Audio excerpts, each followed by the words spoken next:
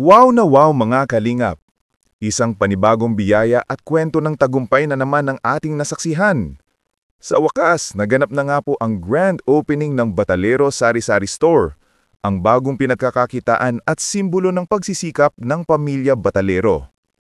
At syempre, hindi rin nagpahuli si Viancy o Deg na todo ang energy at saya sa espesyal na araw na ito. Sa unang araw pa lang ng bukas ng tindahan, abay napakadaming suki agad. Ang mga kapitbahay, kaibigan at mga taga-suporta nagkatuwaan, nagkasiyahan at sabay-sabay na nagdiriwang sa bagong simula ng pamilyang minsan ding dumaan sa hirap pero ngayon ay nakakangiti na muli dahil sa tulong ng Team Kalingap. Pero bago ang lahat, isang pagbati muna. Magandang araw, magandang gabi sa lahat ng Kalingap supporters saan mang sulok ng mundo kayo naroroon. Sana ay ligtas kayong lahat, lalo na sa mga lugar na kamakailan ay nakaranas ng lindol. Naway pagpalain pa rin kayo ng Panginoon at bigyan ng lakas ng loob sa bawat pagsubok. Patuloy po nating suportahan sina Kuya Wal Santas Matubang, Kalingap Rob, Ate Edna Vlogs, Madam Jackie Tapia. Don't forget to like, share and subscribe dahil bawat support ninyo malaking tulong sa ating mga tinutulungan. Balik tayo sa kaganapan.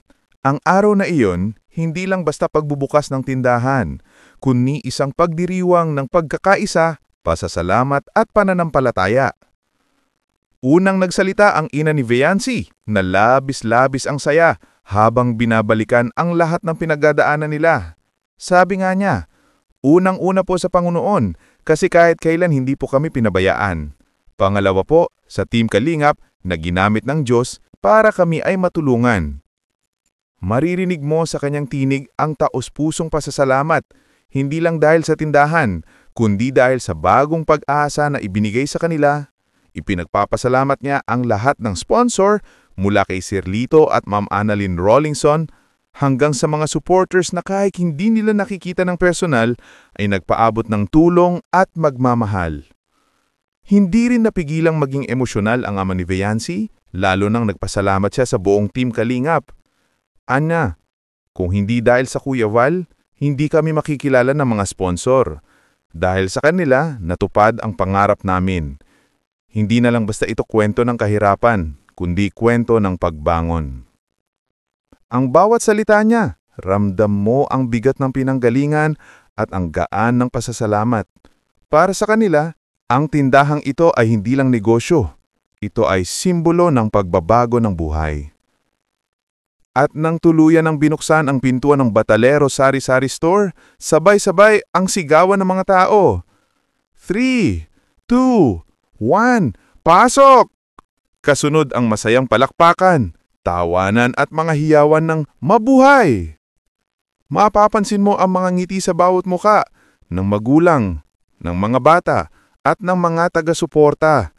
Ang mga paninday na kahanay ng maayos, may mga dilata, bigas, kape, sabon at iba pang pang-araw-araw na pangangailangan.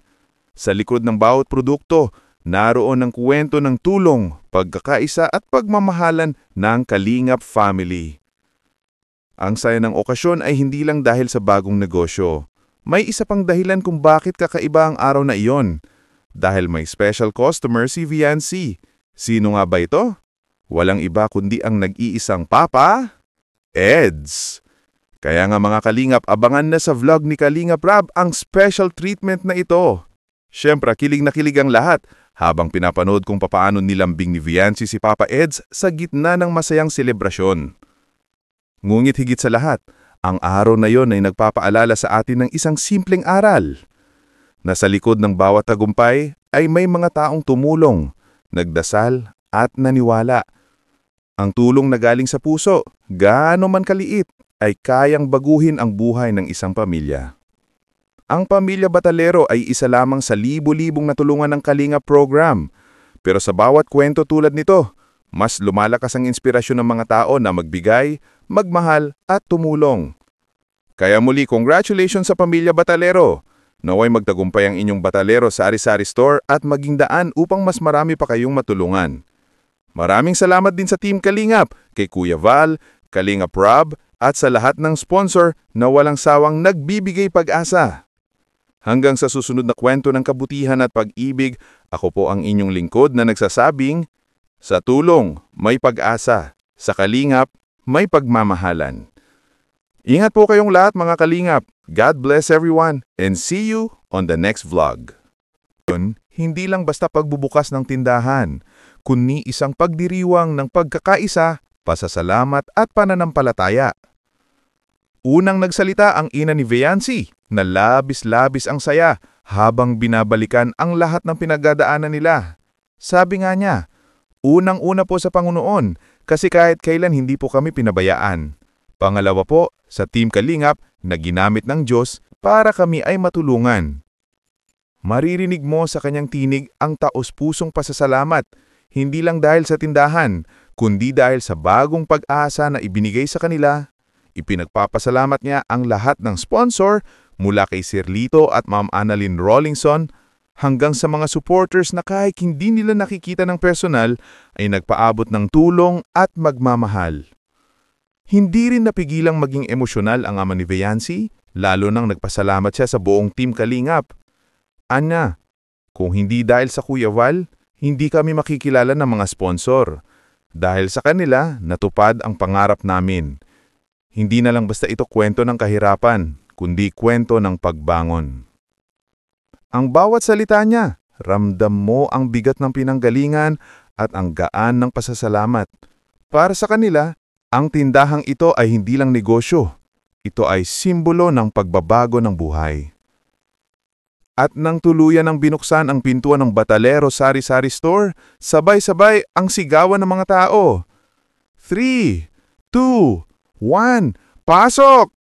Kasunod ang masayang palakpakan, tawanan at mga hiyawan ng mabuhay. Mapapansin mo ang mga ngiti sa bawat muka ng magulang, ng mga bata at ng mga taga-suporta. Ang mga paninday nakahanay ng maayos, may mga dilata, bigas, kape, sabon at iba pang pang-araw-araw na pangangailangan. Sa likod ng bawat produkto, naroon ang kwento ng tulong, pagkakaisa at pagmamahalan ng Kalingap family.